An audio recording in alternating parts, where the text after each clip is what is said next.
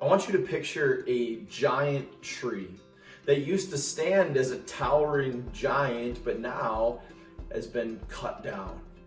This tree that used to be so tall has now been reduced to a stump. You can see it, you can stand on it, you can see the rings and just how old that tree was, but it is now a stump, and seemingly no life grows from this stump. It's just a stump. That is what the house of David had been reduced to. When I say the house of David, I'm talking about the line of David, the descendants of David. David was the king of Israel. He had the most powerful position in all of Israel. And his house was a powerful house. Kings came from his line. King Solomon came from his line, and the kings of Judah that followed Solomon came from the house of David.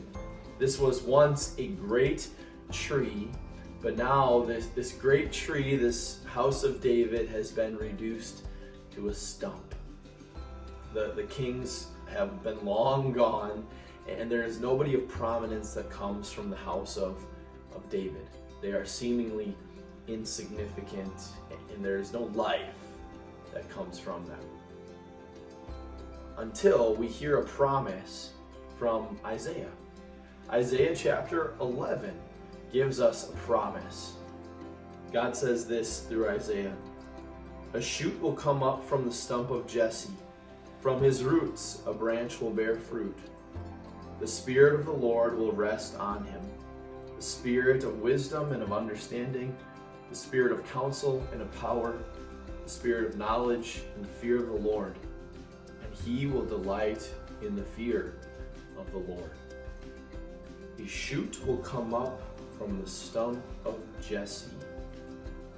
When it mentions a shoot, it's talking about a little sprout, a new plant growth. Is this little shoot that will come up from the stump of Jesse. So from this seemingly dead stump, there will yet be life. It will look small. It won't look like the towering tree at first, but it will come up as a shoot from the stump of Jesse. Now who's Jesse? Jesse was David's father. So when we talk about the house of David, we could also call it the house of Jesse. So it is from this house, from David's house, from David's line, that this shoot will come up. But unlike the kings of the past, who were wicked and evil and filled with sin, this branch will bear fruit. That's exactly what he says in Isaiah's prophecy. This branch will bear fruit. This one who will bring life back to the house of David will be fruitful, and the Spirit of God will rest on him. This will come from David's line. That's Jesus.